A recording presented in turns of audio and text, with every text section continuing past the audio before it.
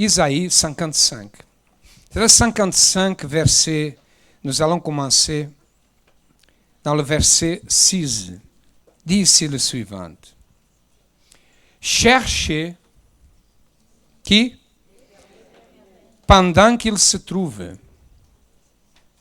Ça veut dire quoi? Qu'un jour, même si nous le cherchons, il ne sera pas là.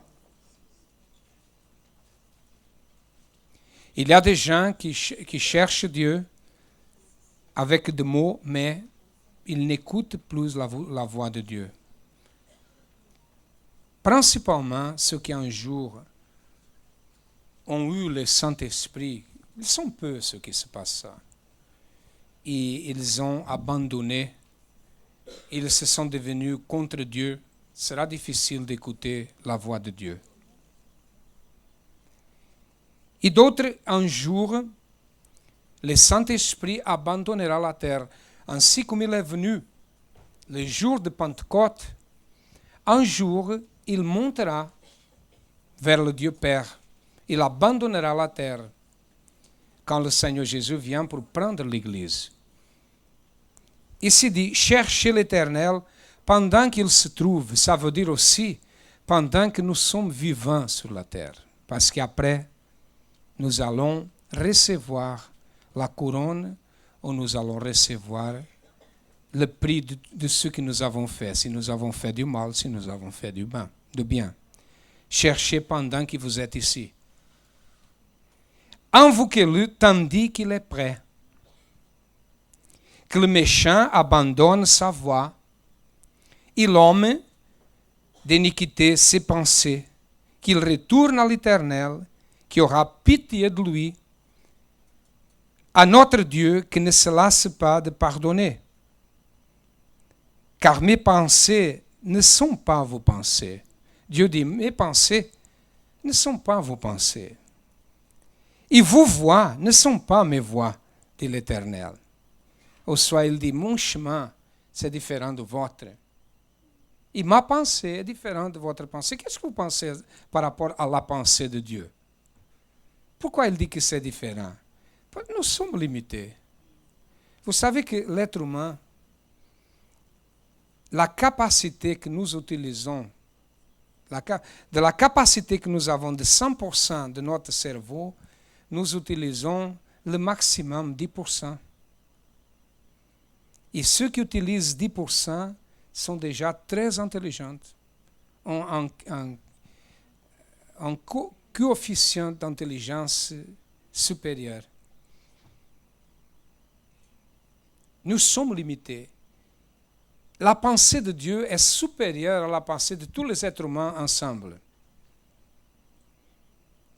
Autant les cieux sont élevés au-dessus de la terre, autant mes voix sont élevées au-dessus de vos voix. Et mes pensées au-dessus de vos pensées.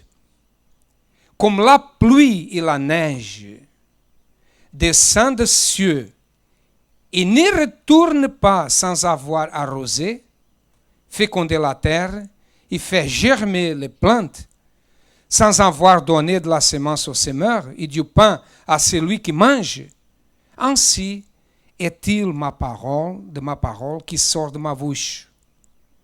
Elle ne retourne point à moi sans effet, sans avoir exécuté ma volonté et accompli mes desseins. Oui, vous sortirez avec joie et vous serez conduits en paix. Amen. Intéressant. Quand Dieu envoie la pluie vient et elle va faire quoi? Arroser, n'est-ce pas? C'est nécessaire pour arroser. Remplir les rivières, parce que sinon elles vont sécher. Et après faire tout ça, l'eau retourne vers haut, n'est-ce pas? Avec l'évaporation, comment nous pouvons dire. Elle monte le nuage et après elle retourne. Mais quand elle va vers l'eau, vers haut, elle a déjà arrosé la terre, premièrement. Et après elle va. Après elle retourne, après elle va.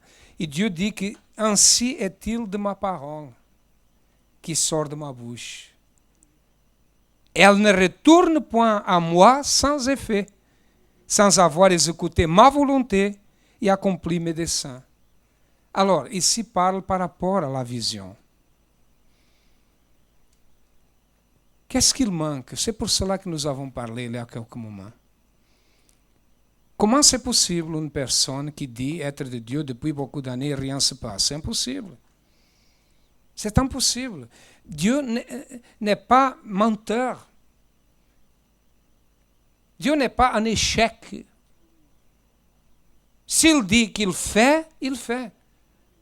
Mais pour qu'il puisse faire, imaginez que la pluie vienne et la terre dit non, non, non, non, non, non, non, sors d'ici. Hein? Que la terre n'accepte pas. Imaginez que quand la pluie vient, que la terre se ferme, il reste rocheuse, et l'eau va. Qu'est-ce qu'il va se passer? Il n'aura pas la semence ne va pas pousser, il n'aura pas de fruits, il aura quoi? La misère, la sécheresse, parce que la terre n'a pas reçu l'eau. Il y a beaucoup de personnes qui sont comme cette terre-là. Quand vient la pluie, la bénédiction de Dieu, la parole de Dieu vient, que c'est la pluie. Nous avons déjà parlé ici que l'eau représente la parole. Ici, plus une fois, nous dit ça. Quand il vient la parole de Dieu qui c'est l'eau pour nous arroser, pour que nous soyons bénis, il y a des gens qui se ferment. Et elles touchent, ils ne reçoivent pas de l'eau. Qu'est-ce qui va se passer? Il y a la misère, tristesse, angoisse, la maladie constante. Tous les problèmes sont là. Il dit que la parole de Dieu ne retournera vers lui vide. Ainsi comme nous ne devons pas présenter nos mains vides, Dieu, la parole de Dieu ne peut retourner vide pour lui. Ne fera-t-il justice à ses élus qui crient jour et nuit? En vérité, je vous le dis qu'il fera promptement justice, même si apparemment il est tardif. Mais je vous le dis qu'il promptement fera justice. Mais quand le Fils de l'homme viendra, est-ce qu'il trouvera la foi sur la terre? Ou soit, quand il est venu pour donner et apporter la bénédiction, est-ce que vraiment la terre est préparée pour ça, pour recevoir la pluie, la parole de Dieu? Si rien ne se passe, mes amis, excusez-moi de vous dire ça, le problème n'est pas de Dieu, ni du diable. Le diable, il est content avec ça. Mais c'est moi qui attache le diable, c'est vous qui attachez le diable. C'est vous, vous-même. N'est pas Dieu qui va attacher le diable. Dieu ne va pas descendre de sa position pour attacher le diable. Dieu ne va pas faire ça. Dieu ne lutte pas contre le diable. Dieu n'a pas besoin de lutter contre le diable. Il est Dieu. Et le diable n'est pas dans le même chemin de Dieu. Dieu est dans la zone célestiale, il est dans le ciel, il est parmi son peuple, et le diable est sur la terre. Il a été jeté sur la terre. Il est la malédiction qui est sur la terre. Et sommes-nous de dire oui à la malédiction ou dire non? Sommes-nous qui devons attacher à travers quoi? Nos attitudes de foi. Amen. Nos attitudes. Je ne peux pas venir vers Dieu. Hein? Viens ici. Reste ici. Il est Dieu. Et je vois d'ici du monde. Je suis d'ici du monde. Et je viens ici, Seigneur, bénis-moi. Seigneur, donne-moi une bénédiction. Bénis-moi. OK. Et je vais manger du pain dans le monde. Amen. Au soir. Hein? Vous savez? Je vais profiter de toutes les choses erronées de la terre, les choses illicites. Je suis ici, je me nourris de la malédiction du monde. Je suis dans le péché, hein, dans la débauche, dans le mensonge. Et après, quand je suis rempli de ça, rassasié du monde, je suis fatigué, je vais là, Seigneur. Oh, alléluia. Bénis-moi, Seigneur. OK. Merci, oh Jésus est bon. Je vais dans le monde. Vous riez? Mais c'est comme ça. Le problème, c'est que C'est comme ça avec beaucoup de personnes, mes amis. Avant de connaître le centre d'accueil, j'étais comme ça. J'allais à l'église. Quand il arrivait l'heure qui s'est finie, Amen. J'allais dans le monde pour faire tout erroné. Et si ça ne change pas, si ce type de religiosité ne change pas, la vie de la personne ne marchera pas. C'était plus facile pour moi de dire le contraire. J'avais plus d'adeptes ici à l'église remplie, au dehors, des gens d'autre côté de la rue. Si j'étais différent, si je disais, venez, recevez la bénédiction, ne vous préoccupez pas avec le péché, avec les choses erronées des gens. Oh, cette église c'est bonne. Ici, il n'y a pas de péché. Nous pouvons tout faire. Oui, mais j'étais en train de préparer le chemin de l'enfer pour tout le monde parce que j'étais là déjà. C'est la vérité. Pour que Dieu puisse se faire, c'est nécessaire que nous donnons premièrement, que nous agissons et que nous pratiquons la vision de Dieu. Par exemple, vous avez écrit sur les tables et mis ici sur l'autel. Vous avez peut-être apporté une offrande, fait un défi, je ne sais pas. Mais n'est pas la table qui va résoudre la situation. Pourquoi nous allons mettre ici, au moins un mois ici au-dedans, cette table? Pour que vous soyez conscients. Ce n'est pas pour moi, ce n'est pas pour nous.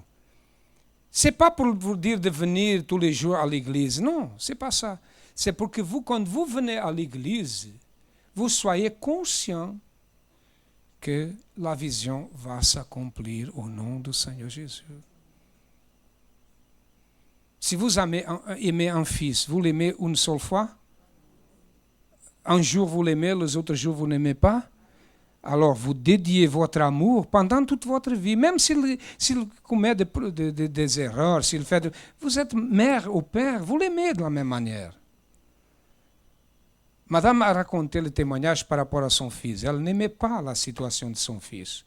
C'était quelque chose de terrible pour elle, mais elle l'aimait. Elle n'a pas oublié son amour vers son fils. La même chose, nous ne pouvons pas oublier. Un jour, nous faisons ça et après, nous oublions. Non. Je lutte, je lutterai et je vaincrai et je témoignerai. C'est ça? Je présenterai le témoignage, je ferai ça et je veux glorifier Dieu et je ne me présente pas de ma vie au nom du Seigneur Jésus. Le problème sont les mendiants de la foi. Comme moi, qui était ici dans le monde, et après je vais là mendier, Seigneur, donnez-moi quelque chose, Amen, et je sors. Nous ne sommes pas mendiants de la foi. Dieu ne nous a pas donné la foi pour que nous soyons mendiants.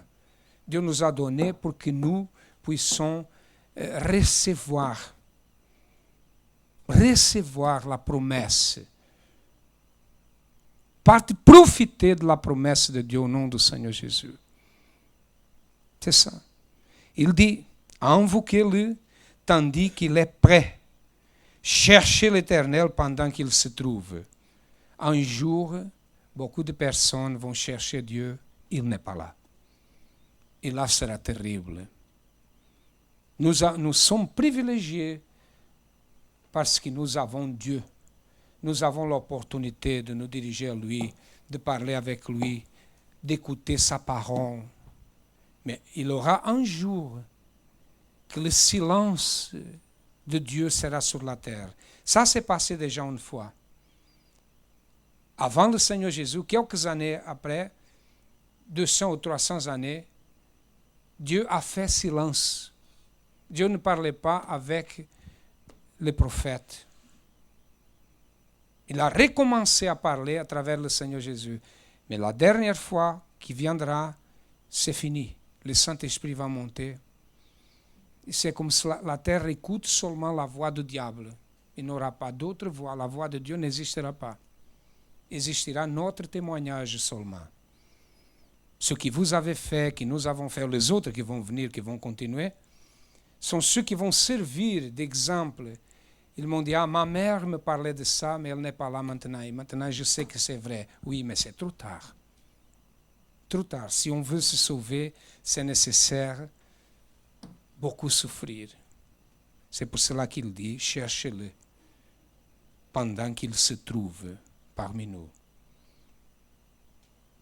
Et la preuve qu'il est ici, c'est moi ici qui parle, au soir. La preuve, c'est moi ici. Je n'ai pas la capacité de vous dire toutes ces choses si le Saint-Esprit n'était pas ici. Amen. Je sais.